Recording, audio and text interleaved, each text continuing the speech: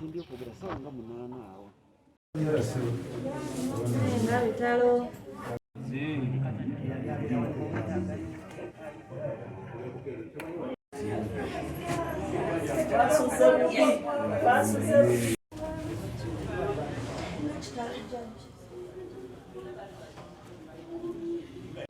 Amwana yabadde wali yabadde ali wabweru ali ku rediyo